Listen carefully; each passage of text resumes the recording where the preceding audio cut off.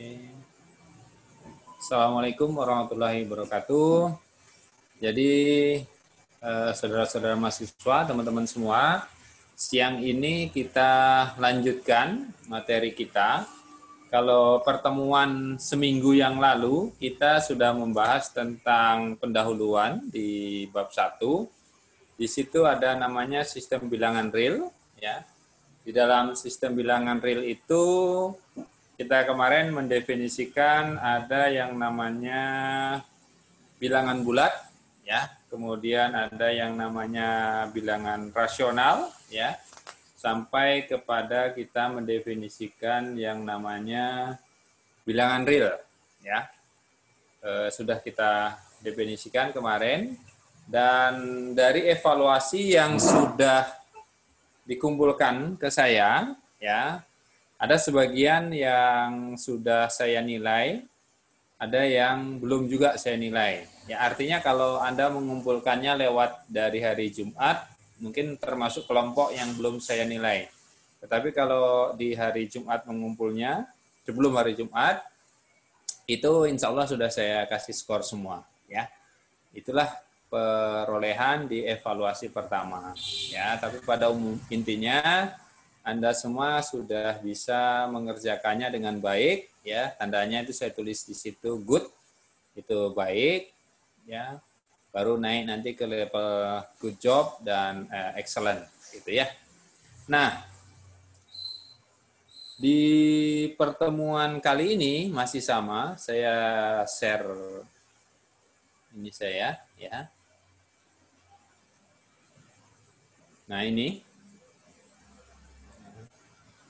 Kalau bisa mungkin jempolnya diangkat, ini saja. Kalau bisa nampak apa yang saya share, jempolnya di. Nah, oke, terima kasih Mas Haryadi. Jadi ini ya, kemarin kita sudah masuk di e-learning, ya, learning unit ACID ini. Ini kita wajib masuk ke sini dulu. Tentu dengan ketika Anda masuk ke e-learning unit ACID, baru nanti masuk ke sistem webinar kita ini, ya. Nah, untuk teman-teman nanti ini waktunya per minggu ya dibuat. Untuk mempelajari satu topik itu Anda dikasih waktu 1 minggu. Jadi tidak usah terburu-buru, ya. Misalnya ini untuk kelas A, ya, kelas A. Kita lihat. Nah, ini kita sudah sampai di topik 1, sistem bilangan. Ya. Ini sudah dijalani. Nah, sekarang masuk ke topik kedua, yaitu fungsi dan limit. Ya. Apa tujuan dari pertemuan atau topik kedua ini? Ya. Yaitu yang pertama, mahasiswa mampu menjelaskan tentang fungsi dan operasi pada fungsi. Nah, ini ya. Jadi ketika sudah tahu apa itu fungsi, ya, sudah tahu itu apa operasinya, sudah gitu, ya. Kalau paham dua itu, mantap itu. Ya. Kemudian mahasiswa mampu menjelaskan fungsi trigonometri, ya, berkaitan dengan sudut, fungsi-fungsi sudut. Ada sin, ada cos, ada tangen. Nah, itu tujuan yang kedua. Tujuan yang ketiga adalah mampu menjelaskan tentang limit dan teorema limit. Nah, ya. Kemudian, ya, ini tujuannya yang sedang kita lakukan itu adalah di sesi webinar ini. Semestinya tadi jam 10 sampai dengan jam 11, tapi kita tunda ke jam 1 karena Anda kuliah bahasa Inggris. Jadi mulai minggu depan, tadi Mas Haryadi bisa turun ke jam 7.30, jadi kita mulai minggu depan 7.30. Ya, balik ke jadwal semula nampaknya, ya, karena dosen bahasa Inggrisnya meminta demikian. Kemudian untuk materi topik, ini diambil dari sini ya. Ini materi topik 2, ada 2 nih. materi topik 2, nanti Anda ambil aja di sini, diklik. Kemudian ada materi dalam bentuk PPT. Nah, ini dalam bentuk PPT. Nah, inilah yang akan saya sampaikan sekarang. Kalau materi topik ini, materi untuk bahan bacaan, ya. Jadi, bahan bacaan sudah dikasih, materi pokok-pokok PPT-nya sudah dikasih. Kemudian kalau kurang jelas bisa lihat tampilan dari video dari sumber-sumber lain. Nanti kalau itu kurang jelas juga bisa diskusi tentang limit di forum diskusi ini, ya. Jadi kita punya waktu 5 kali 24 jam tentang fungsi dan limit, ya. Cukup lama. Mudah-mudahan bisa. Nah, sekarang kita awali pertemuan kita tentang materi pendahuluan, ya, tentang fungsi dan limit. Saya yakin, ya, pada saat teman-teman duduk di bangku SMA, ketika bicara tentang limit, ya, atau bicara tentang fungsi, itu sudah bisa gitu ya. Jadi saya itu tinggal memolesnya saja istilahnya. Mudah-mudahan ya, mudah-mudahan. Jadi tidak terlalu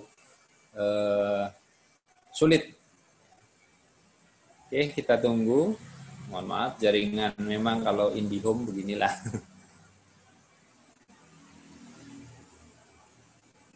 Oke, belum sempurna terbukanya.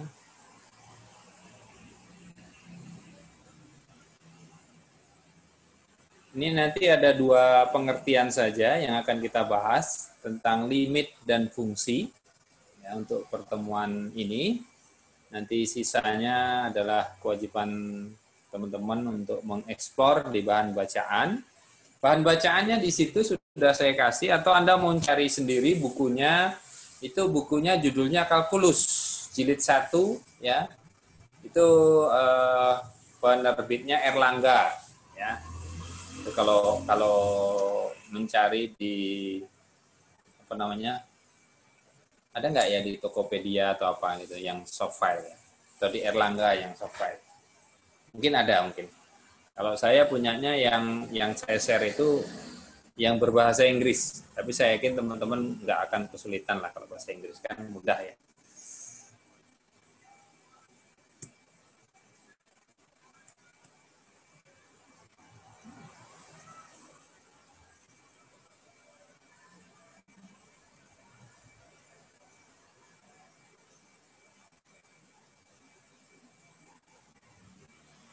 Ya, kita tunggu sebentar. Ini lola banget jaringannya.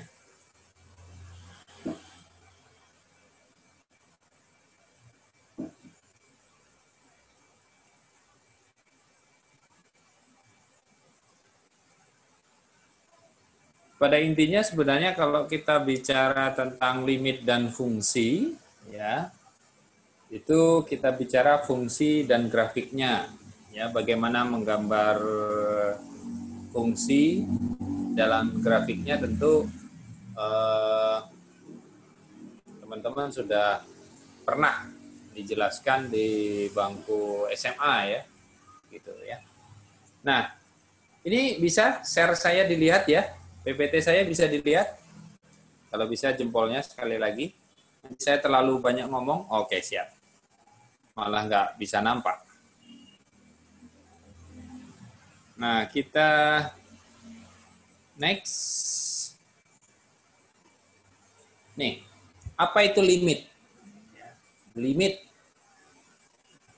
mungkin sering teman-teman itu mendengar kata limit gitu ya. Ini pokoknya tugasnya limitnya besok. Ini pokoknya harus dikerjakan limitnya nanti malam. Nah, gitu kan?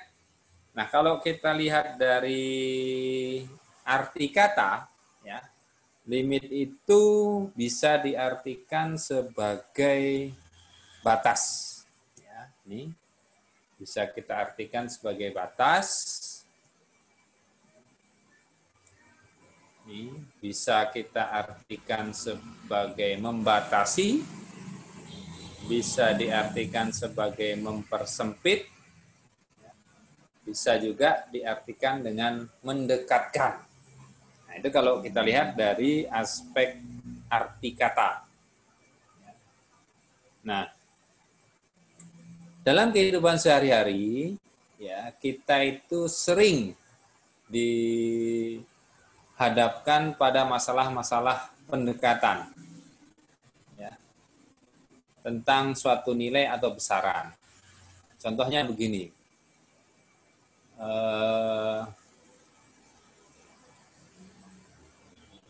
kalau Anda bertanya, Mang, kalau nak pergi ke Gunung Kaba itu,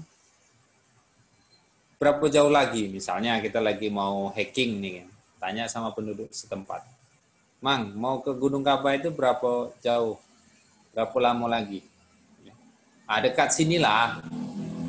Sering kan kita dengarkan jawaban orang tuh kalau ditanya jauhnya, dia ngomong dekat sinilah katanya. Ya. Itu kalau orang itu ngomong dekat sinilah itu berarti ukurannya masih 3 jam lagi itu jalan kaki itu. Ya pernah saya ngalaminya itu. Dekat sinilah kan gitu. Nah kalau ketika dia ngomong kata dekat sinilah, itu kan dekat menurut dia gitu kan. Belum tentu dekat, arti dekat itu sama dengan apa yang dalam pikiran kita. Ada juga kadang-kadang kalau ditanya, Mang, jauh lagi dak iko air terjun ini Palak Siring? Tidak nyampai sebatang rokok ini katanya kan. Ayo dekat berarti kan. Pikiran kita sebatang rokok itu kita hidupkan kan gitu kan. Tidak tahunya sebatang rokok itu nggak pernah dihidupkan. Jadi ya jauh gitu ya. Kadang-kadang begitu tuh. Ya. Nah masih banyak lagi nilai. Contohnya nih ya. Misalnya letak rumah Budi dekat dengan rumah Tono. Ya. Kalau saya tanya berapa dekat rumah Tono dengan rumah Budi, ya, tergantung kan jawabannya. Bisa saja misalnya dia ini ketemu dia di Jakarta, ya Budi dan Tono ini bertemu dengan temannya di Jakarta, kemudian saling cerita, rumah kamu orang di mana? Rumah kami di Bengkulu nih lah, dekat lah. Rumah kami berdekatan katanya kan. Pas didatangi nggak taunya satunya di Muko-Muko, satunya di Kaur misalnya. Dekat, karena dilihat dari Jakarta kan gitu. Tapi kalau didatangi satu di Muko-Muko, satu di Kaur gitu. Nah itu ya. Kemudian yang kedua misalnya contohnya. Ketika hari sudah mendekati senja, datanglah yang ditunggu-tunggu. Pertanyaannya sekarang, Mbak Cia, atau saya panggil siapa panggilannya ini? Cia Wulansari atau Sari? Coba dihidupkan mic-nya. Ya, Pak. Oke. Senja itu jam berapa menurut sampean, Mbak? Jam 5 ke atas lah, jam 4 ke atas. Jam 4 atau jam 5 ke atas. Jam berapa lah pastinya? Jam berapa? Jam 5. Jam 5. Oke. Makasih. Sekarang saya tanya Mbak Resti. Mbak Resti. Halo Mbak Resti Nur Fitri.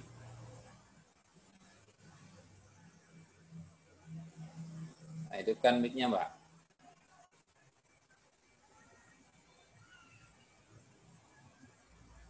Gangguan sinyal. Senja itu jam berapa Mbak Resti?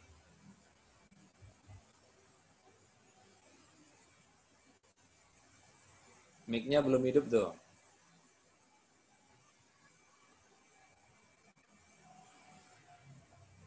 Nah, senja itu jam berapa?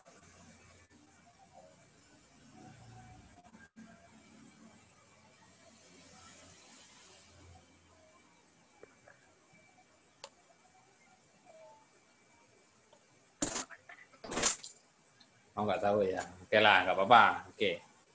Ya, saya dimatikan lagi, Mbak. Jadi kata senja, tadi menurut Mbak Mulan, itu jam 5 kan gitu. Menurut saya senja itu jam 6. Tapi ketika kita gunakan sama-sama kata mendekati, mendekati senja, apakah pernyataan Mbak Wulan dengan saya itu salah? Kan tidak. Sama-sama benar. Cuman nggak tahu jamnya jam berapa kan. Mendekati senja. Nah, itu masalahnya. Ya. Jadi ketika mendekati senja, ya kita nggak tahu berapa jam berapanya. Yang penting dekat. Kalau senja itu kan sebenarnya maghrib. Maghrib itu kalau sekarang jam 6 lewat, katakanlah 5 menit. Jam 6, benar. Jam 5, benar. Jam 6 lewat 4 menit, benar. Nah, itu yang disebut dengan mendekati. Ya. Nah, sekarang yang ketiga contohnya misalnya. Nilai ujian matematika Anton hampir 9. Artinya nilainya belum 9. Baru hampir kan gitu. Wah, kemarin aku masang togel itu hampir dapat. Nah, itu kan hampir. Berarti nggak dapat gitu. Sering itu kalau di dusun-dusun kita itu kan ya masih ada togel gitu kan. Oke. Nah, sehingga kata-kata yang di garis bawah ini, kata dekat, kata mendekati, kata hampir ini ya. Ini tentu kita tidak bisa mendefinisikan berapa besar dan nilainya kan gitu. Ya. Besar dan nilai yang diinginkan itu kita nggak tahu kan gitu. Ya. Oke, ya. Nah, saya skip saja, sudah saya jelaskan. Nah, sekarang kita lihat ini. Kasus yang selanjutnya. Saya punya lingkaran yang berwarna biru. Ya. Anggap yang di dalam ini belum ada dulu ya. Nih. Kemudian saya diminta menentukan berapa luas lingkaran itu.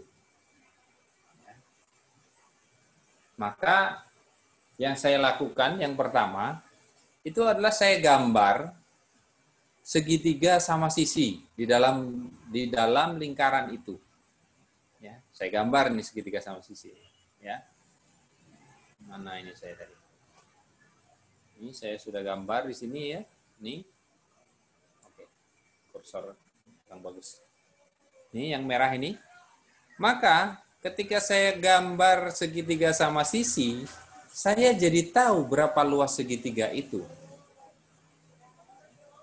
Tapi yang diminta adalah luas lingkarannya, bukan luas segitiganya.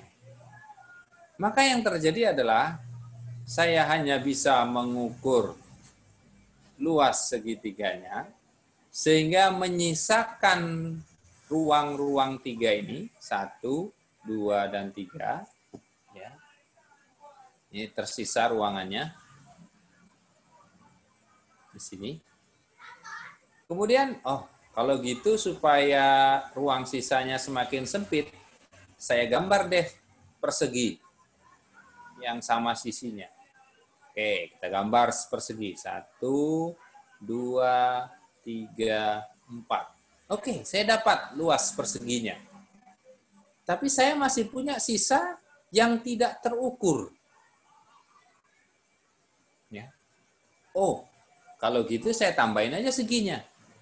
Tambahlah jadi segi banyak ini. Kita gambar lagi segi banyak ini. Yang sama. Ya. Tapi masih juga ada sisanya, walaupun kecil. Oke, saya tambahin lagi segi-segi banyaknya. Tapi masih ada juga sisanya. Ya. Dan seterusnya. Ya. Nah, ketika kita menambah N-nya itu sangat besar, N seginya itu sangat besar, maka apa yang kita dapat adalah luas segi N yang tentunya akan mendekati luas lingkaran. Maka ketika Anda bisa menggambarkan segi N banyak sekali begitu, maka dengan sendirinya kita akan mendapatkan luas lingkaran tersebut. Ya, walaupun segi N yang paling banyak pun Anda kerjakan, masih juga menyisakan ruang kecil yang tidak terukur. Ya. Nah, itulah disebut dengan konsep pendekatan. Namanya mendekati, itu sedekat-dekatnya tapi tidak nempel. Nah, itu disebut yang mendekati, bahasa mudahnya. masalah lain, misalnya penjumlahan. Kita ingin menambahkan setengah tambah seperempat. Pasti dengan cepat hasilnya adalah 3/4. Kemudian kita tambah lagi dengan 1/8. Dengan cepat kita peroleh hasilnya menjadi 7/8. Kita tambahkan lagi dengan 1/16. Ya, hasilnya dengan cepat kita peroleh 15/16. Ya. Ini kalau kita komakan 3/4 itu 0,0 berapa? 0, berapa ya? Bisa dihitung lah ya. Oke. Kita tambahkan lagi misalnya 1/32. Dengan cepat kita peroleh menjadi 31/32. Ya. Maka dengan menggunakan persamaan bilangan n normal, kita bisa peroleh 1/2 itu akan menjadi seperti ini. Semakin besar kita dapatkan 1/n-nya, semakin cepat juga kita dapatkan hasilnya. Ya. Artinya apa? Artinya walaupun semakin banyak kita menuju ke sana, hasilnya itu akan mendekati satu angka. Angkanya berapa? Yaitu 1. Nah ini. Apabila jumlahan dilakukan untuk n sangat besar, maka hasil jumlahan akan mendekati 1. Tapi bukan 1.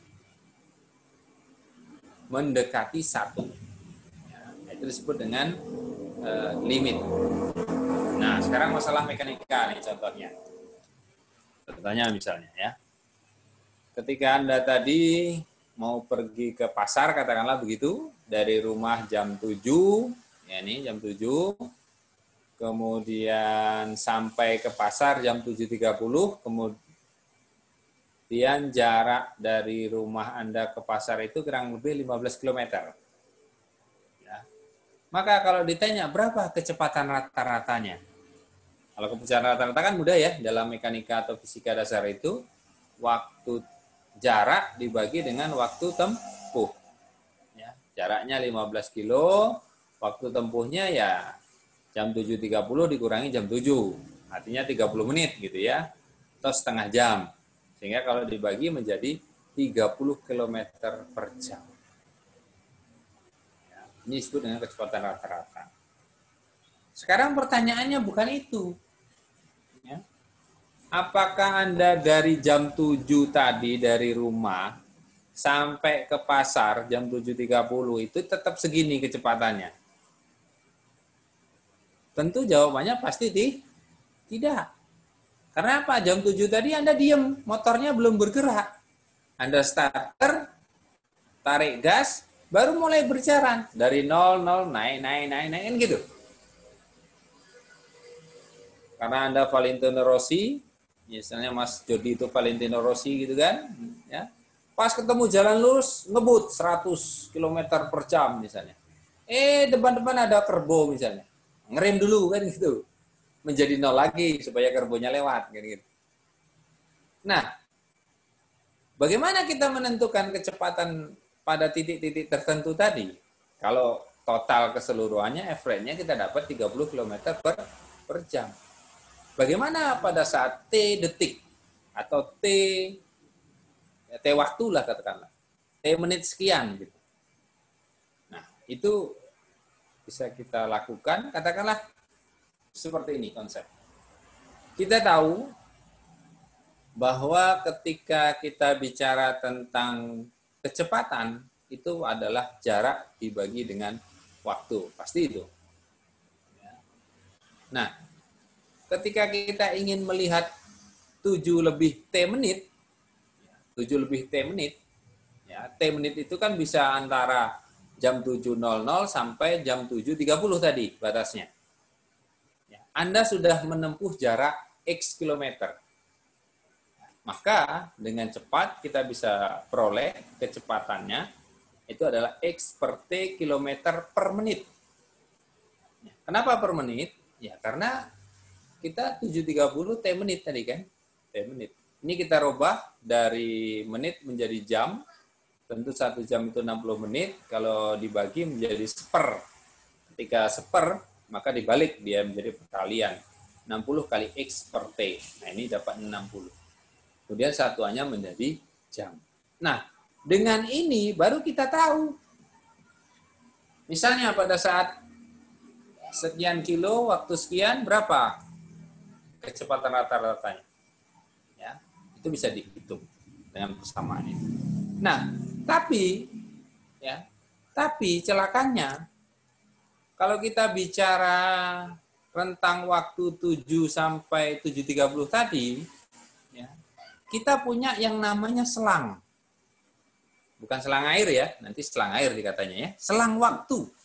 Sayang laptop saya responnya lambat untuk menulis, mohon maaf. Nah ini disebut selang waktu.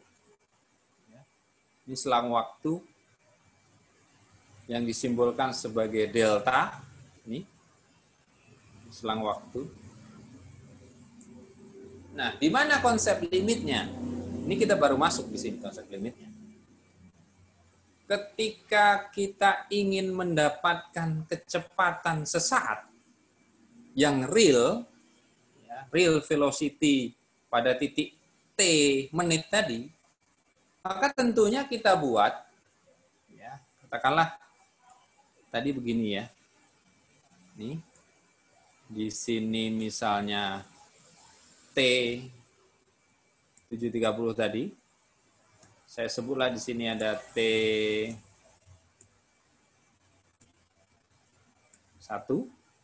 ya. Kemudian di sini ada T2.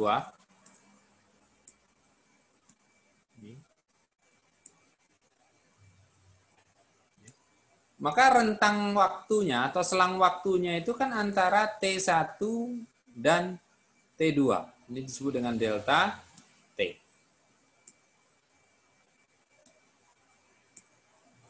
Nah, kalau Anda ingin mendapatkan kecepatan sesaat pada selang T1 dan T2, tentu kita buat pendekatan. Pendekatan dari arah T1, pendekatan dari arah T2. Yang tentunya T1 itu tidak boleh bertemu dengan T2. Nanti nggak ada selang. Kalau bertemu nggak ada selang. Ya. Sedekat mungkin. Nah, itulah yang disebut konsep limit. Ya. Sama kayak gini ya, Mas Jody misalnya. Sudah punya mete belum Mas Jody? Tahu mete ya? Pacar. Ya. Kalau pacaran boleh. Menurut orang fisika itu pacaran boleh, tapi harus mengikuti kaidah limit. Ya. Boleh, tapi nggak harus ikut kaidah limit. Apa itu kaidah limit? Boleh sedekat mungkin, tapi nggak boleh nempel. Kalau bisa itu silakan pacaran, tapi kalau nggak bisa jangan. Ya.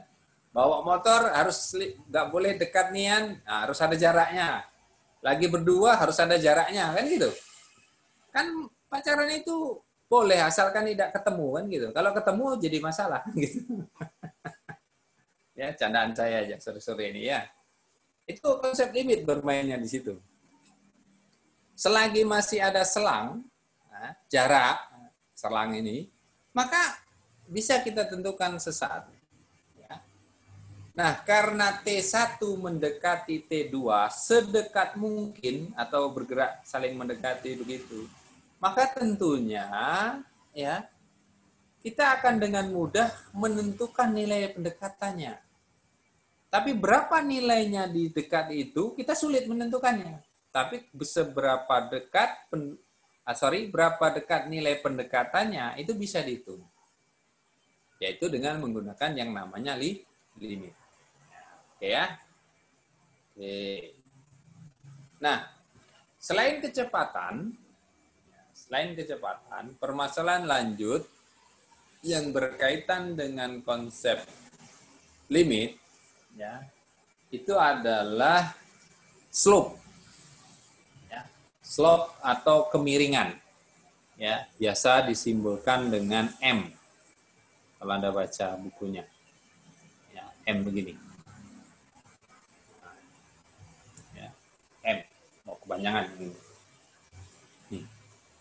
Ini juga sama konsepnya. Perbandingan antara delta Y dan delta X pada satu titik tertentu yang tentunya dia tidak bisa 0/0 gitu ya. Pada titik itu gitu. Nah, kalau Anda ingin titik itu sulit ditentukan. Tetapi kalau nilai pendekatan pada titik itu berapa kemiringannya, itu akan mudah ditentukan.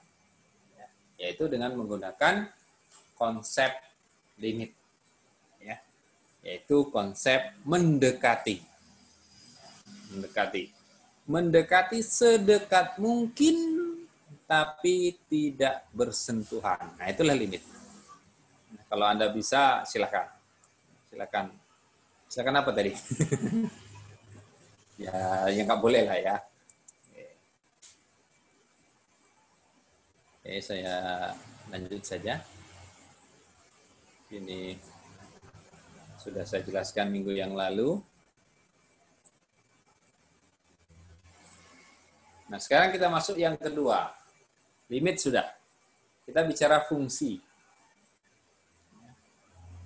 Banyak sekali permasalahan yang dalam kehidupan sehari-hari, ya, kita berhubungan dengan yang namanya hubungan antara satu objek dengan objek yang lain.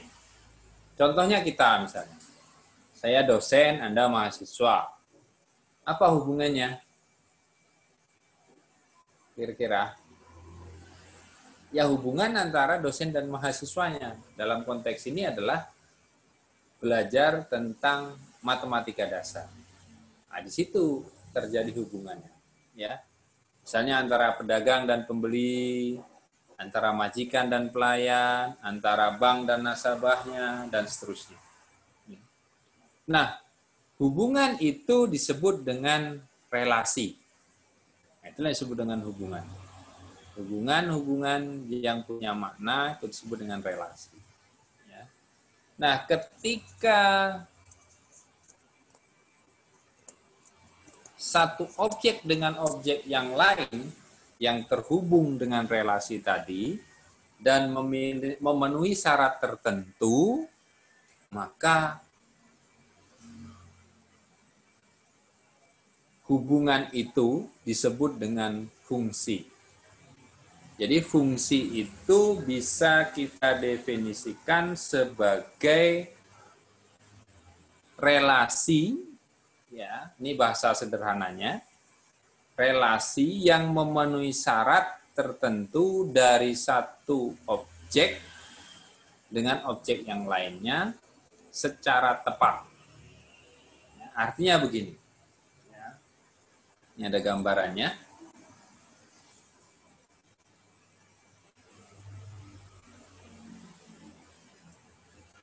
Nah, ini saya punya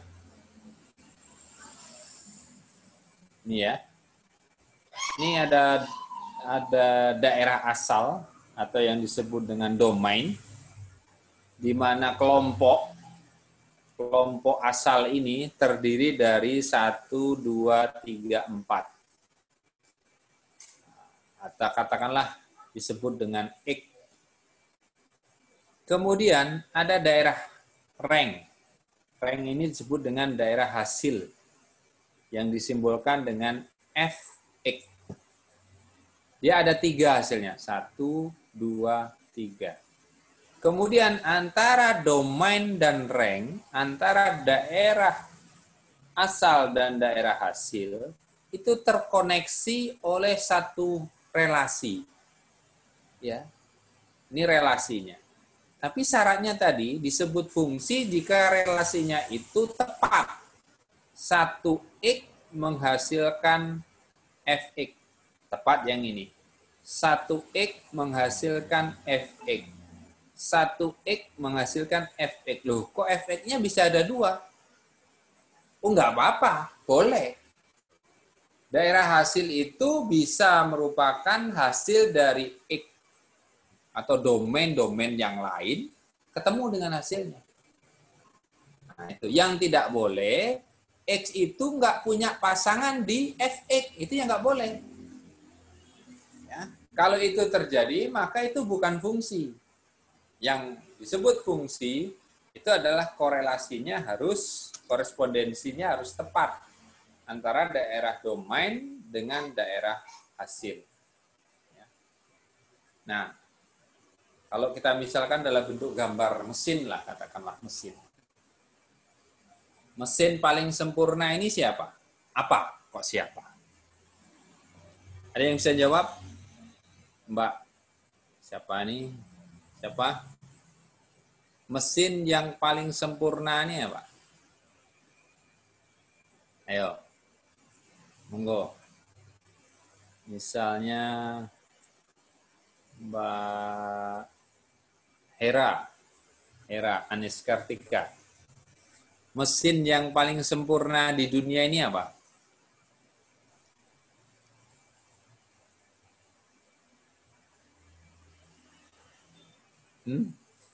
Nggak tahu. Hidupkan mic-nya, Pak, kalau ngomong. Mas Jody? Ya, Mbak Anissa, silakan, resen. Mesin yang ada dalam tubuh manusia. Iya, manusia itu sendiri, itu semua kan mesin ya. Mesin ciptaan Tuhan itulah yang paling sempurna. Efisiensinya, tapi nggak bisa 100% juga efisiensinya. Katakanlah mesin. Ini ya, ini saya punya mesin fungsi gitu ya. Kalau saya masukkan X ke dalam mesin fungsi ini harus menghasilkan Fx, gitu. Jadi tidak boleh kalau saya masukkan X ini menghasilkan Fy gitu atau Fz gitu.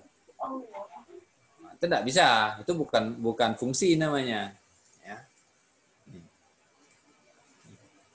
Kalau saya masukkan bahan makanan ke tubuh saya, entah itu supermi, entah itu sate, entah itu lontong tunjang misalnya, nanti keluarnya sama di sini.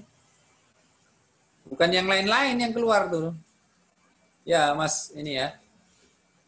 Apa tadi, Mas Immanuel, ya. Kalau saya masukkan lontong tunjang, apa kalau yang dari Medan tadi siapa yang dari Medan tadi? Mbak siapa tadi? Sianturi tadi kalau nggak salah ya. Siapa ya? Lupa saya, sorry. Itu keluarnya juga sama nanti. Makan tempoyak, makan lemah gitu sama. Makan KIT gitu sama keluarnya. Nah, itu yang disebut dengan mesin ya. Hasilnya harus sama nanti, Fx-nya ya. Walaupun X-nya ini bermacam-macam ya. Oke. Lihat, ini dia relasinya. Ini ya, nih. Ini saya sebut tadi. Misalnya kita awali dari 0 deh. Kita punya domain, ini daerah asalnya, negatif 2, negatif 1, 0, 1, 2. Daerah hasilnya 0, 1, 2, 3, 4. Kita punya fungsi Gx sama dengan X kuadrat. Apakah Gx sama dengan X kuadrat ini fungsi? Gampang mengeceknya. Oke, kita masukkan dulu 0. 0 kan yang paling mudah ya. Kita masukkan G0. Ya. Berapa hasilnya? Ya, 0 kuadrat adalah 0. Ini hasilnya 0. Kita masukkan 1. 1 kuadrat adalah 1. Kita masukkan 2. Ya. 2 kuadrat adalah 4. Kita masukkan negatif 1. Ya. Negatif 1 kuadrat 1. Kita masukkan negatif 2. Negatif 2 kuadrat adalah 4. Nah, ini disebut dengan fungsi. Ya, kurang lebih begitu. Ya. Oke. Nah, kadang-kadang ya variabel X dan variabel Y yang bisa ditulis sebagai Y sama dengan Fx, ya, Y sama dengan Fx ini, ya, itu orang menyebut sebagai variabel independen dan variabel dependen. Apa maksudnya? X itu disebut dengan variabel bebas. Kenapa disebut dengan variabel independen atau variabel bebas? Karena bebas, Anda mau masukkan apa terserah. Nilainya berapa terserah. Tetapi kalau Anda masukkan nilai Y, itu nggak bisa. Karena yang bebas adalah X. Tapi Y ini adalah variabel terikat. Terikat oleh apa? Terikat oleh X. Nah, itu disebut dengan begitu. Ya, kadang-kadang dalam fungsi itu seperti itu. Ada variabel bebas, ada variabel terikat. Ya. Nah, kemudian, nah ini saya skip saja. Penjelasannya sudah.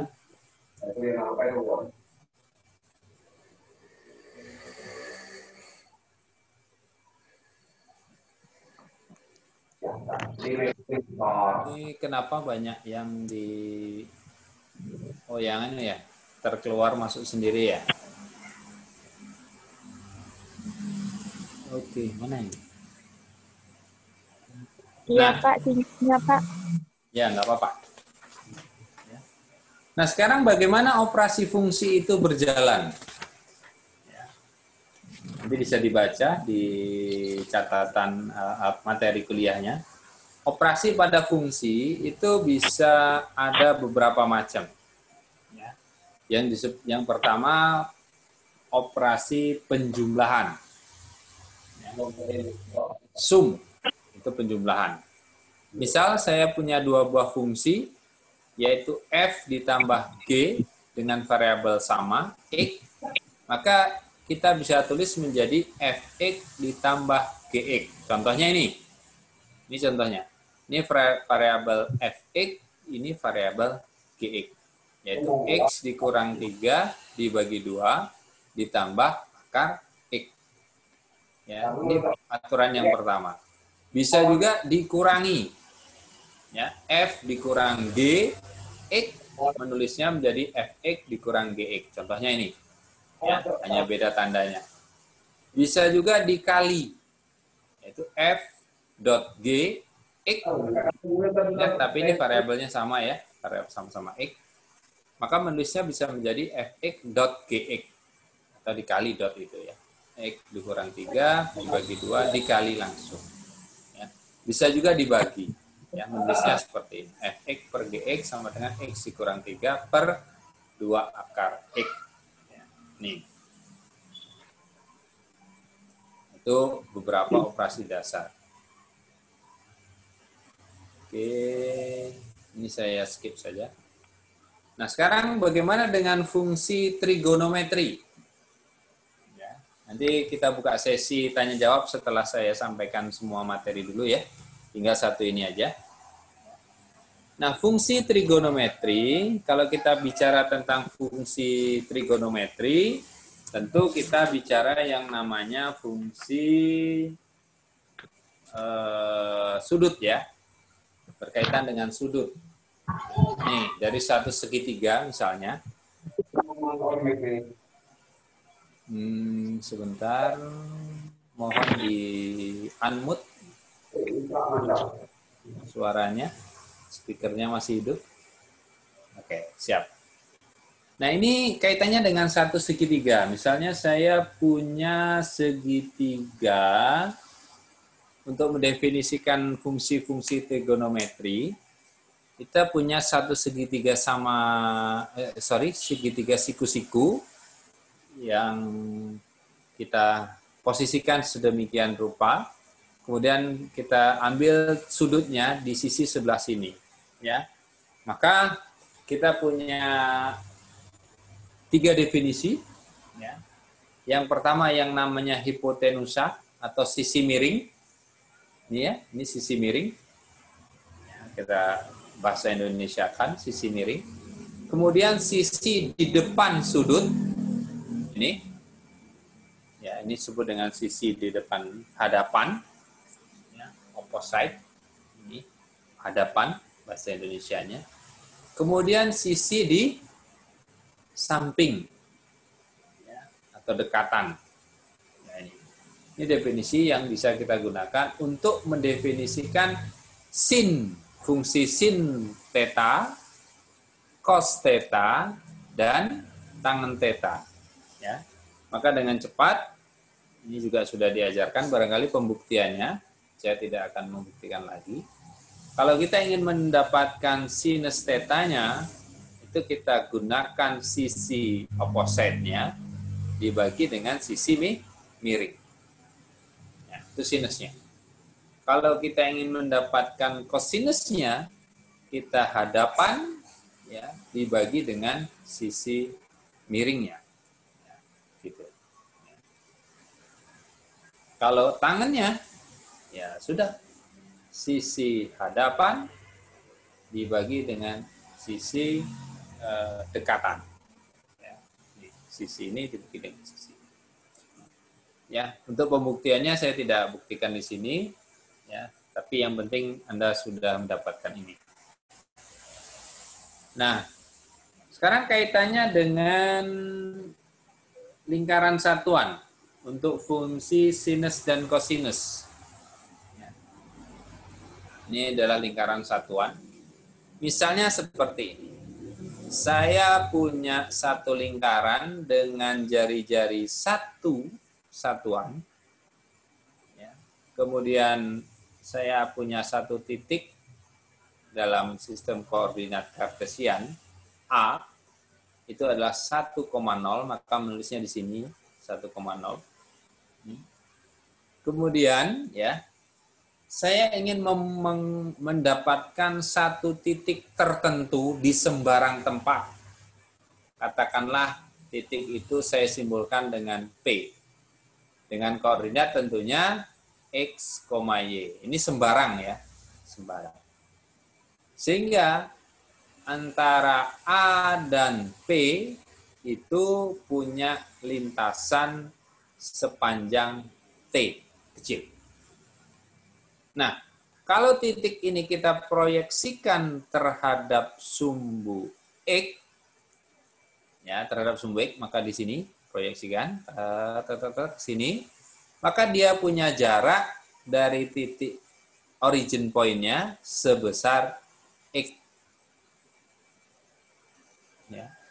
Dan dia punya jarak terhadap titik X itu setinggi Y. Nah, ini asalnya. Sekarang pertanyaannya, berapa jarak antara titik asal terhadap titik P? Ya, dan itu pertanyaannya. Berapa jarak antara titik asal 0,0 terhadap titik P? Maka dengan menggunakan definisi segitiga ini, dengan cepat kita bisa, yang ditanya adalah sisi miring. Maka menjadi X kuadrat, ya di sini, X kuadrat ditambah Y kuadrat sama dengan 1. Ya.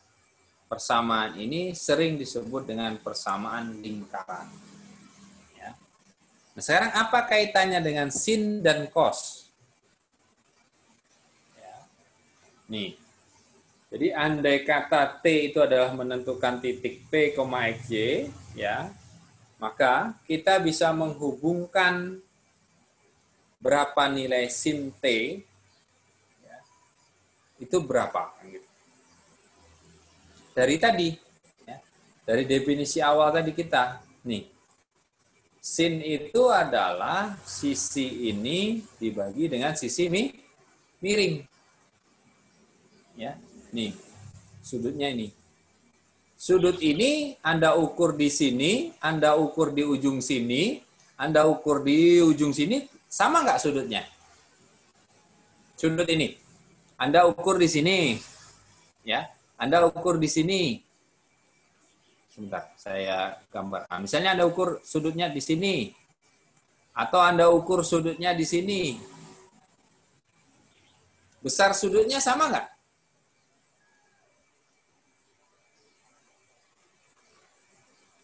Besar sudut theta ini sama nggak? Kalau saya ukurnya di sini dengan ukurnya di sini? Sama. Sama. Karena kan ini ke sini kan. Sama. Sama dengan ini maknanya tadi. Kalau kita kaitkan dengan T ini, berapa besar sudut T ini? Kalau kita ambil di sini nanti, ya, ini kita tarik. Gini. anggap lurus ya. Kalau bengkong mohon maaf lah ya, karena kursornya. Nah ini, maka besarnya ini sudut T, kalau Anda ukur di ujung sini, tentu juga akan sama kalau kita ukur di ujung sini, kan gitu. Iya kan? Nih. Nah sekarang kaitannya dengan Y itu apa? Sin T, tadi dikatakan bahwa sin theta di ujung sini, itu adalah sumbu hadapan dibagi dengan sumbu miring. Sumbu miringnya adalah X kuadrat plus Y kuadrat plus 1 tadi kan. Dibagi dengan ini. Maka ketika kita bicara tentang itu, ya bisa dibuktikan nanti ya, kaitannya. Ini sin T itu akan sama dengan Y, dan cos T itu sendiri akan sama dengan X. Gitu ya.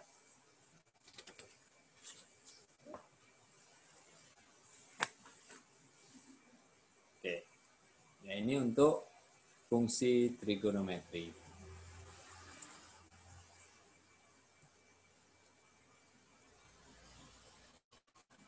Nah, ada fungsi dasar lain yang kaitannya dengan sin, ya kalau kita gambarkan, ya, itu fungsi dasarnya ini.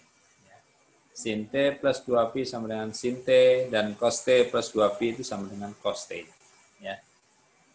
Ini penting dilihat. Oke.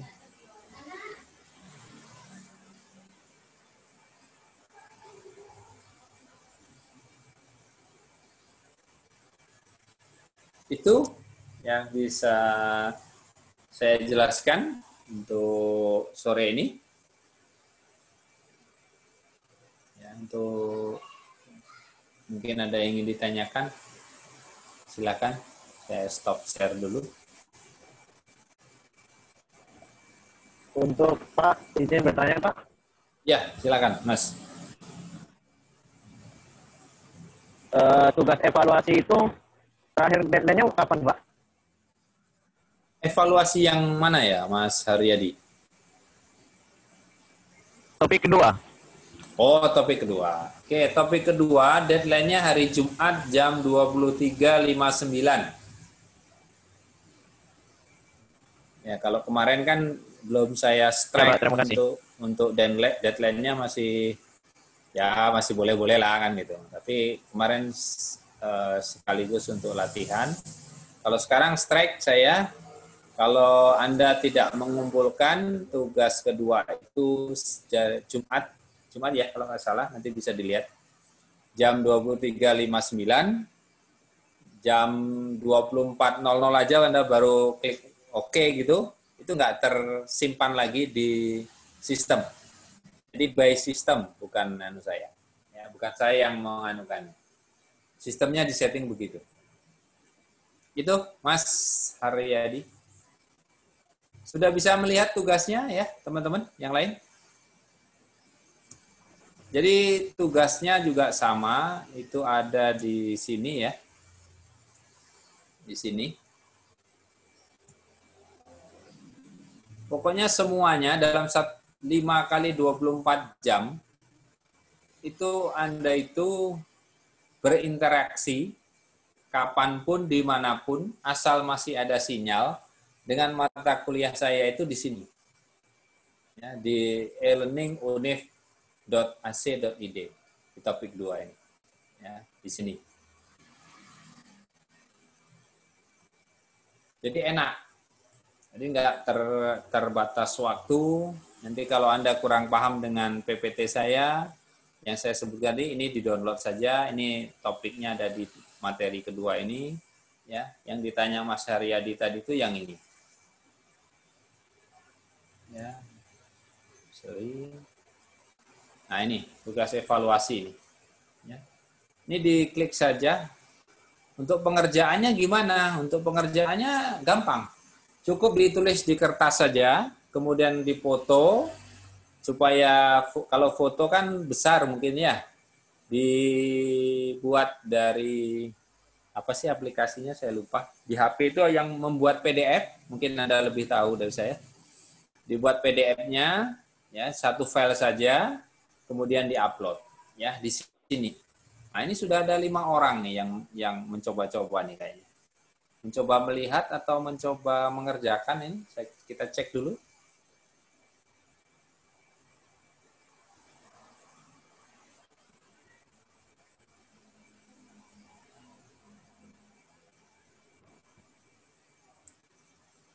Sudah ada 5 orang mengattempt. Mengattempt itu membukanya maksudnya ya. Nah ini.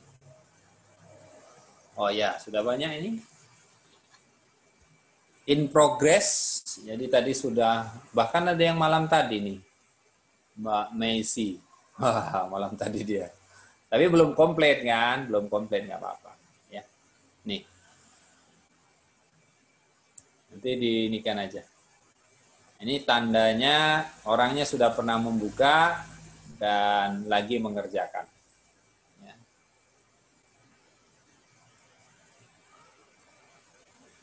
Ini tugasnya, nanti bentuknya, oke, saya kembali ke bentuk tugasnya. Sebentar.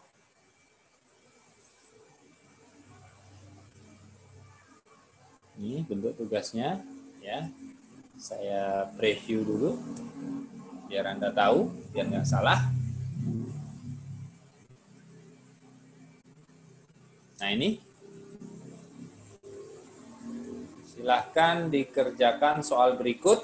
Ya, ini soalnya yang ditandai dengan warna hijau. Ya, jadi nomor 1, 4, 10, 11, 19, dan 21. Dikerjakan di kertas lembar, kemudian diupload aja. Kalau Anda nulis di sini mungkin agak repot ya. Mendingan diupload aja filenya dari sini. Dalam bentuk PDF, tarik, masukkan sini. Kalau anggap sudah oke semua, finishkan ya. Ada kemarin yang nggak difinishkan, jadi nggak terbaca oleh saya.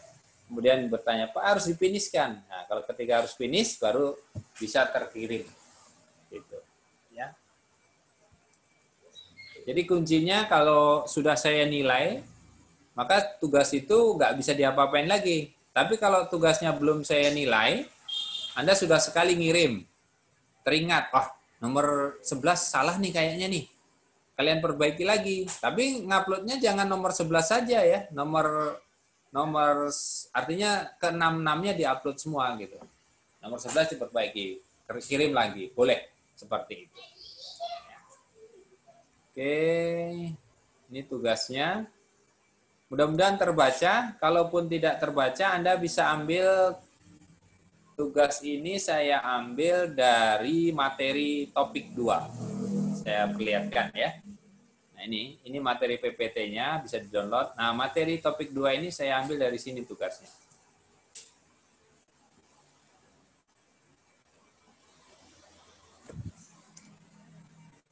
Sebentar. Masalah koneksi saya ini lambat.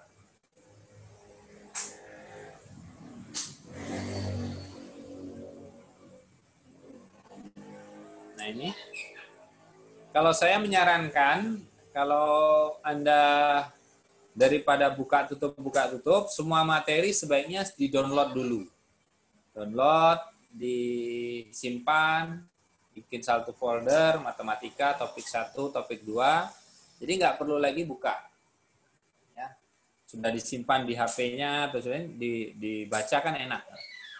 Kalau belum, ya terpaksa. Nah ini saya ambil dari sini, chapter 1 tentang limit, yang sudah kita bahas tadi. Ini buku asli dari kalkulus, ya, buku aslinya. Kalau terjemahannya tadi adalah penerbitnya Erlangga, ya.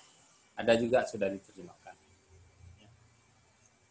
Ini saya ambil dari sini, Anda download saja. Nih, saya ambil dari tugas 1. Ya, dari tugas 1. Nah ini, saya zoom. Saya buat jadi 150 misalnya.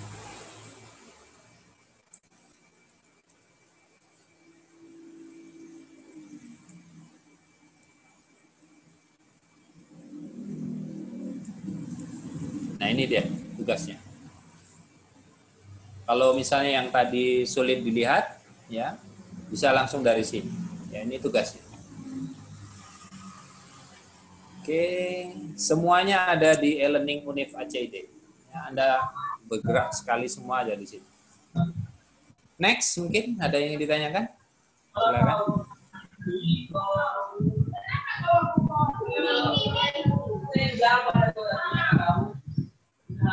Ada sarana selain webinar, ini ada diskusi ya.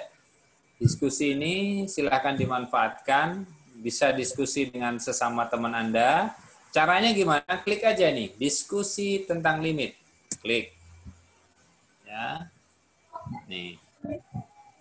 Diklik saja, nanti dibawa ke situ. Nah, ini. Ini saya mulai. Misalnya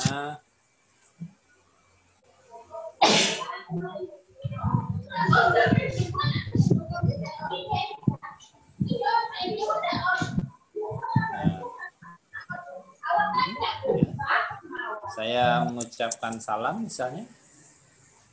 Assalamualaikum.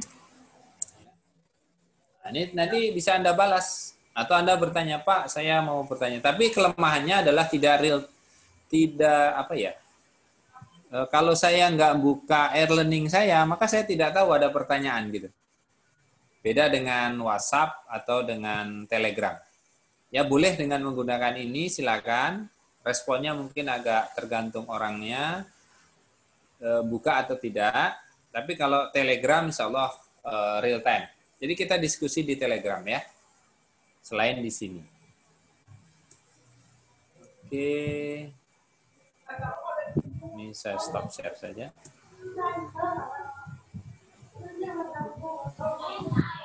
Baik, demikian untuk pertemuan sore ini. Untuk sesi webinar. Kalau ada yang ingin ditanyakan lain, silakan.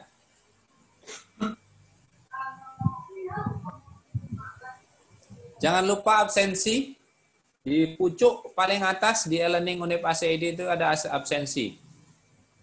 Ya, saya kasih waktu Anda untuk absensi di pucuknya itu. Tapi nampaknya kalau dari hasil ini ada 23 yang hadir ini kayaknya. 23 berarti ada 4 yang tidak masuk. Ya. Jangan lupa tidak absensi. Di mana itu absensinya? Di pucuk.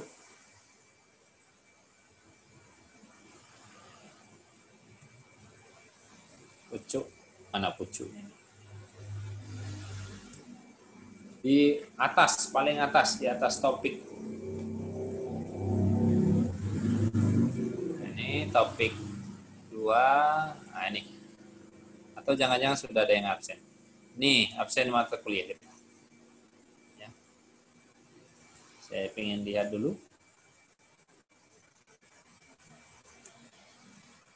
Sudah ada yang absen belum? Mengisi daftar hadir bukan absen, maksudnya kalau absen itu tidak hadir. Ya nanti saya tidak akan ngasih contoh setiap pertemuan ya.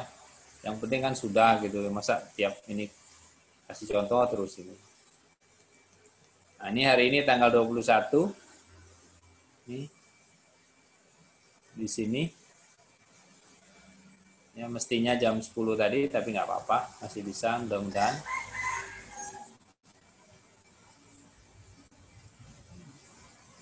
Ini absensinya. Sudah pada ngisi belum? Oh sudah. Mas Haryadi tadi ada ya? Bertanya kok nggak absen dia? Hadir. Ini Muhammad Asfi Romdon. Hadir nggak? Muhammad Asfi Romdon. Halo? Nggak tahu ya. Rahmadian? Oh ada. Muhammad Asfi Romdon ada. Oke. Siap-siap. Nih, Rahmadian nih. Rahmadian Fitri. Ada yang chat saya kayaknya. Ada? Adakah ini? Yang saya share ini? Ada orangnya? Aditya Eka Putri? Hervani? Puan Aisyah Maharani? Ini bisa terlihat di sini. Hervani hadir, Pak. Oh, Hervani hadir. Oke. Siap. Aditya Eka Putri? Belum absen pribadi ya? Harusnya jangan ini. Kalau besok nggak saya panggil lagi, Anda absen sendiri ya. Ade dan Rahma ada nggak? Puan Aisyah Maharani? Hanifah Nurahmi? Hadir, Pak. Ada. Resti tadi ada ya? Saya bertanya Ada. ke beliau. Iya. Pak. Desita Sari?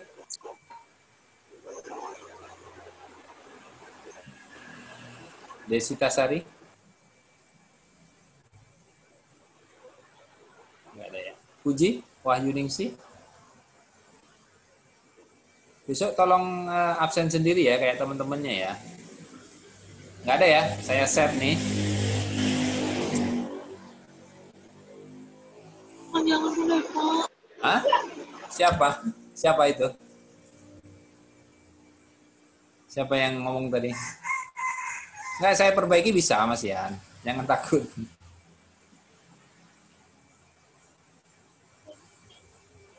Nah, ya kan, yang merahnya tinggal 1, 2, 3, 4.